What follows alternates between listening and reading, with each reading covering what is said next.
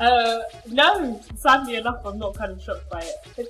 It's strange because as a person of colour, as a woman of colour in Cambridge, when you're trying to deal with like what it means to be attracted to someone or relationships or dating or that kind of thing, there's a sense that you are invisible if you don't live up to a kind of European standard of beauty, because everybody here looks quite similar, so there's a sense of otherness. Well, I think I grew up being really proud of being half Indian. One of the things I was really most, I guess, I felt kind of hampered by was the fact that I had a lot of facial hair, which I'm so glad that I've had the opportunity to say, because for a long time I think it's been something that I've been really embarrassed about.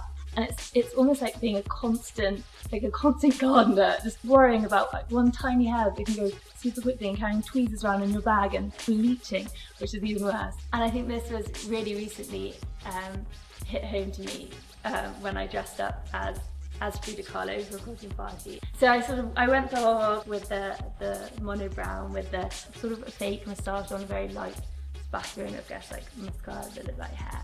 And I remember being at the party, and the guy that I was sat next to just couldn't stop staring at it, and just eventually was like, what's going on? But it's just so realistic.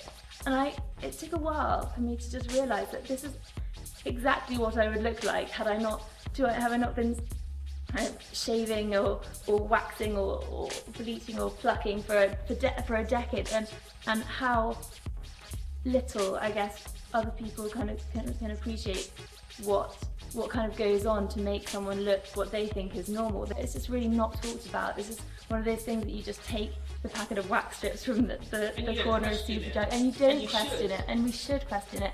I do have facial hair, and it's not something that I'm just going to try and hide from people. And if I haven't had time to wax or shave, or even if I just don't want to, then that's completely up to me, and it's not disgusting, it's completely natural, and it's not something that you should other in such a way that makes me feel so uncomfortable for having it. From experience as a black person within the black community, there's a great deal of shadism. So if you're lighter, you're therefore more attractive, not only to black people but also to white people. If you just look at the media, the black image that's presented is your Rihannas or your Beyoncés or your Sierras, and they're absolutely beautiful women, but they tend to be of the lighter persuasion, and it's very, very rare that you get a woman of colour who tends to be darker being presented as this beautiful figure. And on the occasions that you do get this beautiful black woman, Nubian queen, she happens to be an anomaly, or said as though she's an anomaly. Like if you look at Lupita Nyong'o or Alec Weck, it's like, wow, they're black, they're beautiful.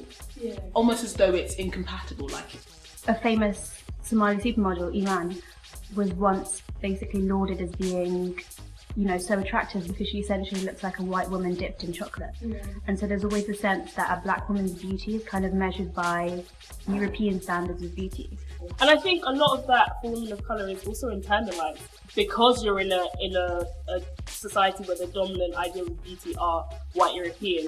There's a backlash. You sometimes feel like you're not pretty enough yourself, or you feel like people are justified in commenting on your own beauty and saying, well, I don't really find people of colour that attractive. Yeah. And that only roots from colonialism. If you just look back, it's all the association with whites coming and taking over and indoctrinating their ideals on black people. And if you look back to my grandma's generation, it was absolutely normal for women to bleach their skin. But even walking into Superdrug, and I go to the Maybelline aisle, and the colour stops at like a caramelly Asian colour. Superdrug is supposed to be a place where you can acquire beauty products, but then why doesn't it cater for what I look like? No one talks about it, just because there aren't even enough of us to talk about it. Do you know what I mean? It would help to have better representations of all types of people, especially darker types of people within the media. It's very important to be able to look at the TV screen and see people who look like you. It means something.